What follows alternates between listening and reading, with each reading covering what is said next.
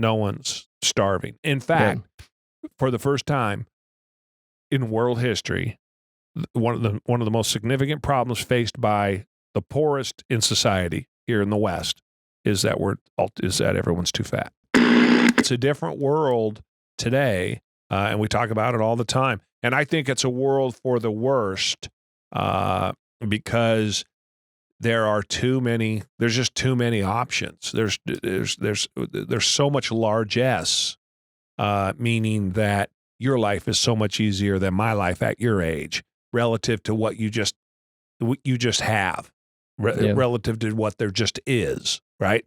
Like your cell phone, perfect example. Everybody has one.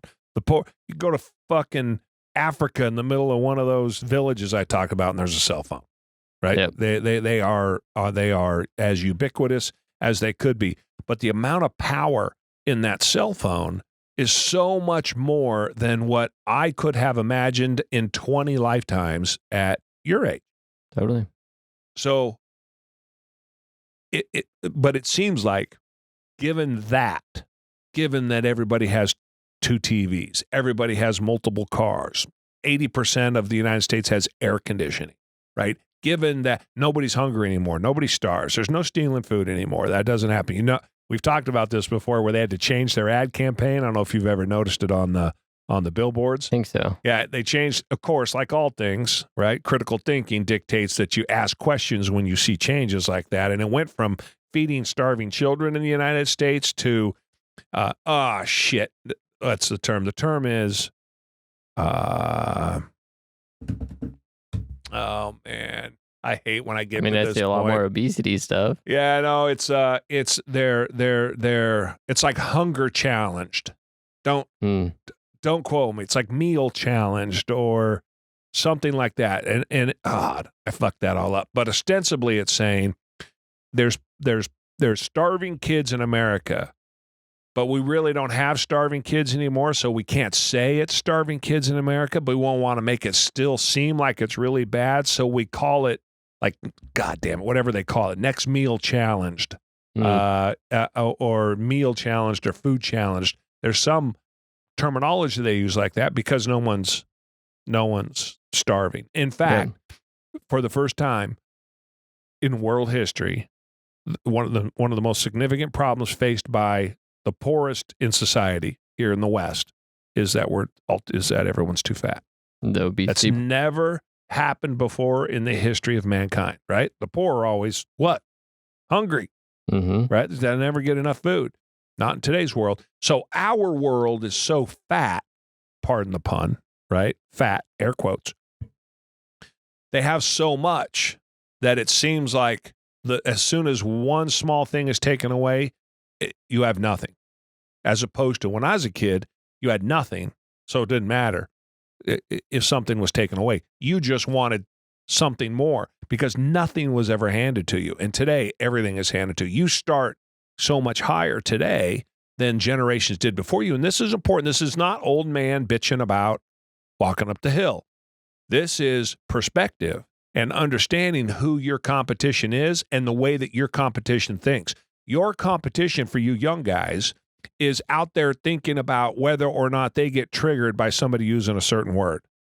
They're out there thinking about whether or not they get triggered by somebody calling them a name or using certain language, right? They get triggered because they hear or see or think or are somehow touched by something that they think is wrong.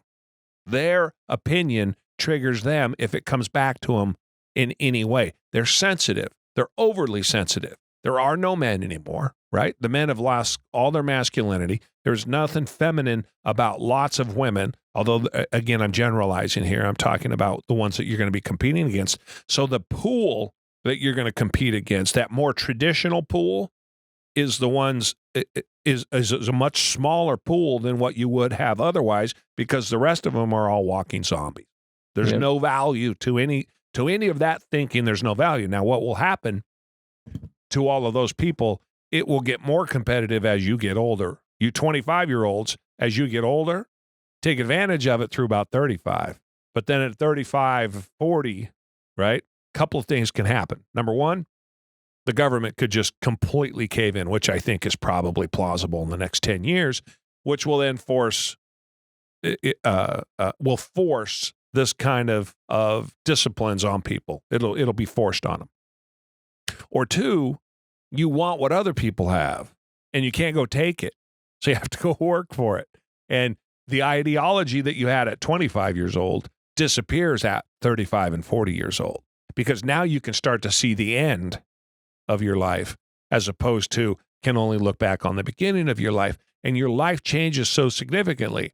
And poor, this is not very well known, but poor people, the rich don't get the numbers for the rich getting richer and the poor getting poorer.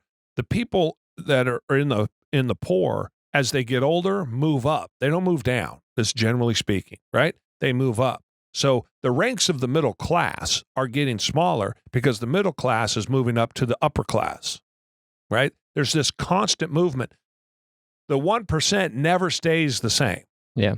Right? The 1% has something like 20% turnover a year, has significant turnover in the 1%. I didn't used to be in the 1%, right? I didn't. And I could just easily fall out of the 1%. Mm-hmm. So that's a perfect example of what that 1% is. It's a perfect example of how things work. Look where you are now at 26 versus where you were when you were an adult, again, air quotes, at 18. Yeah. Huge difference. Can't even compare it, right? Nope. It was a complete difference. But people want to compare and put you into that same looking at the world through that 18-year-old perspective, right? Mm-hmm. Well, he's got nothing because 18-year-olds, kids under 35 have got nothing. They need to make the same as people at 45. And you're like, wait, motherfuckers, you guys at 28 are making more than you were at 18. What are you doing talking about the rich guy at 45 versus the poor kid at 25, right? Wait till you're 45. And so what happens is people who are 25 turn 45, and then 35, 40. And you start getting into 40s, and all of a sudden you're like, no, that way I was thinking that's pretty fucked up. Unless you have some sugar daddy or, some rich parents to take care of you or it's always these entitled fucks that go to Ivy League schools that have the biggest attitudes because they don't have to go out and earn anything. Yep. It's the earners, the people who don't have it handed to them, that as they get older start to see that what they do have handed to them isn't enough, and the only way to get what they want is to have to go out and work for it, and attitudes change pretty quick.